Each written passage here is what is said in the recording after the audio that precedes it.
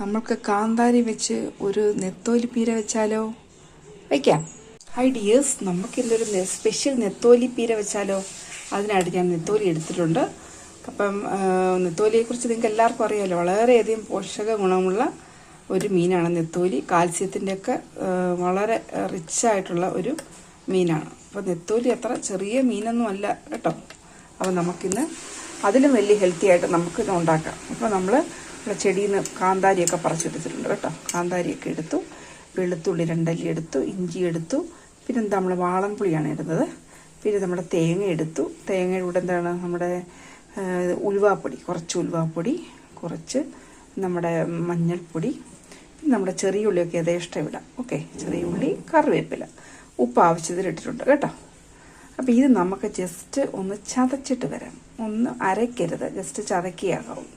നമ്മൾ കൂട്ടാൻ വെക്കുന്ന രീതിയിൽ നല്ല വ്യത്യാസമുണ്ട് കേട്ടോ. നമ്മൾ ഈ ഒത്തിരി അങ്ങ് ചതച്ച് വെള്ളം കൂട്ടി വെച്ച് കഴിഞ്ഞാൽ മീനിൻ്റെ ഗുണവും പോവും, രുചിയും പോവും. അപ്പോൾ നമുക്ക് ജസ്റ്റ് ഒന്ന് ചതച്ചിട്ട് വരാം. ഓക്കെ, അപ്പോൾ നമ്മുടെ മീൻ പീരയ്ക്കുള്ള പീരയെല്ലാം ചതച്ച് ജസ്റ്റ് ഒന്ന് ചതച്ച് കൊണ്ടുവന്നു ചട്ടിക്കകത്ത് ഇട്ടു. ഇനി നമുക്ക് 1 ടേബിൾ സ്പൂൺ വെളിച്ചെണ്ണ ഒഴിക്കാം. ഓക്കെ, ടേബിൾ സ്പൂൺ വെളിച്ചെണ്ണ ഒഴിച്ച് നമ്മുടെ കൈ കൊണ്ട് നല്ലതുപോലെ ഇത് മിക്സ് ചെയ്യുക. നല്ലതുപോലെ ഈ അരപ്പ് മീനും വെളിച്ചെണ്ണയും കൂടെ നമ്മൾ വെള്ളം ഒന്നും ഒഴിക്കണ്ട, ഇതിനകത്ത് തന്നെ വെള്ളമുണ്ട്, ഒട്ടും ഒഴിക്കണ്ട കേട്ടോ. അപ്പോൾ ഉപ്പൊക്കെ ഉണ്ടോ എന്ന് നോക്കണം. ഇതൊരു 5 മിനിറ്റ് ഇങ്ങനെ ഒന്ന് പൊത്തി വെക്കാം. ഓക്കെ, എന്നിട്ട് നമുക്ക് കഴിക്കാം. അപ്പോൾ 5 മിനിറ്റ് ഞാനിങ്ങനെ മൂടി വെച്ചിരുന്നു. അപ്പോൾ ഇതിൻ്റെ ഉപ്പ് എരി എല്ലാം ഇതിനകത്തോട്ട് ഇറങ്ങി. ഇനി നമുക്ക് ഒട്ടും ഞാൻ വെള്ളം ഒഴിച്ചിട്ടില്ല കേട്ടോ, ഒട്ടും ഒഴിച്ചിട്ടില്ല. ഇനി ഇതിനകത്ത് വെള്ളം ഇറങ്ങും കേട്ടോ. അപ്പോൾ വെള്ളം ഒട്ടും ഒഴിക്കണ്ട. മീൻ പീര ഇതിന് നെത്തോലിക്ക് അധികം വേവേ ഇല്ല, ഒന്ന് ആവി കയറിയാൽ മതി. ഞാനൊക്കെ ആണെങ്കിൽ സത്യം നല്ലതുപോലെ ഒന്ന് ആവി കയറ്റിയിട്ട് അടച്ചങ്ങ് വെച്ച് തീ ഓഫ് ചെയ്തിടും. ആ ഒരു കനലിൽ വേവും, നല്ല ടേസ്റ്റാണ്. അങ്ങനെയാണെങ്കിൽ അങ്ങനെയും ചെയ്യാം. ഓക്കെ, എന്തും അതിനകത്ത് വെള്ളം ഒന്നും ഒഴിക്കണ്ട, നമുക്ക് തീ കത്തിക്കാം. ഓക്കെ, ഗ്യാസ് കത്തിച്ചു വെച്ചു. ഇനി ഞാനിത് അടച്ചൊന്ന് വെക്കും. ഓക്കെ, 3 മിനിറ്റ് കഴിഞ്ഞ് നമുക്ക് തുറന്നു നോക്കാം. കണ്ടോ, വെള്ളം കണ്ടോ അതിനകത്ത് നിന്ന് വരുന്നത്? നമ്മൾ ഒട്ടും വെള്ളം ഒഴിച്ചില്ല. അപ്പോൾ ഇതൊന്ന് ജസ്റ്റ് നമുക്കൊന്ന് ഇളക്കി.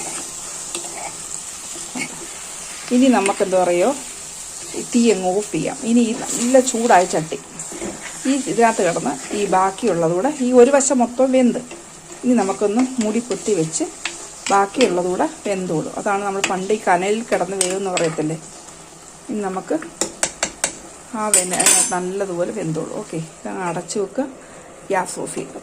ഓക്കെ, ഇനി നമുക്ക് കുറച്ച് കഴിഞ്ഞ് തുറന്നു നോക്കാം. അപ്പം നമ്മുടെ മീൻ പീര അടച്ചു വെച്ചിട്ട് സ്ഥലം വിട്ടല്ലേ, ഞാൻ തുറന്ന് നോക്കി കണ്ടോ, പെർഫെക്റ്റ് ആയിട്ട് ഇരിക്കുന്നുണ്ടോ? വെള്ളമെല്ലാം വറ്റി, നമ്മൾ മീനെല്ലാം നല്ല വെന്ത് കറക്റ്റ്. അതാണ് ഞാൻ പറഞ്ഞത്, നമ്മുടെ ഗ്യാസും ലാഭിച്ച്, പിന്നെന്താ നമ്മുടെ ടേസ്റ്റും അതുപോലെ അടിപൊളി. കണ്ടോ, നിങ്ങൾക്ക് സംശയമുള്ളവർക്ക് ഒന്ന് മറിച്ചിട്ട് കാണിക്കുക എന്നുള്ളത്, അടുക്കി പിടിച്ചോ എന്നറിയാൻ വേണ്ടി. കണ്ടോ, നല്ല പെർഫെക്റ്റായിട്ട് മീൻ വെന്ത് പൊടിഞ്ഞും പോയില്ല, എന്നാൽ നല്ല ടേസ്റ്റ്. കണ്ടോ, നല്ല അടിപൊളിയായിട്ട്. ഇതാണ് നമ്മുടെ ഹെൽത്തി ആൻഡ് പെർഫെക്റ്റ് മീൻ പീര.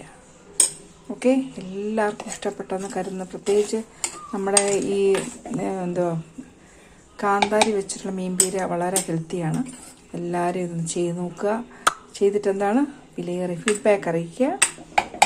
പിന്നെ സബ്സ്ക്രൈബ്, വാച്ച്, ഷെയർ, പിന്നെ ഹൈപ്പ് ചെയ്യുക. ഓക്കെ, എല്ലാവരും ദൈവം അനുഗ്രഹിക്കട്ടെ. Thank you. അപ്പോൾ നാളെ പുതിയ റെസിപ്പിയുമായി വരുന്നതായിരിക്കും. Okay, thank you.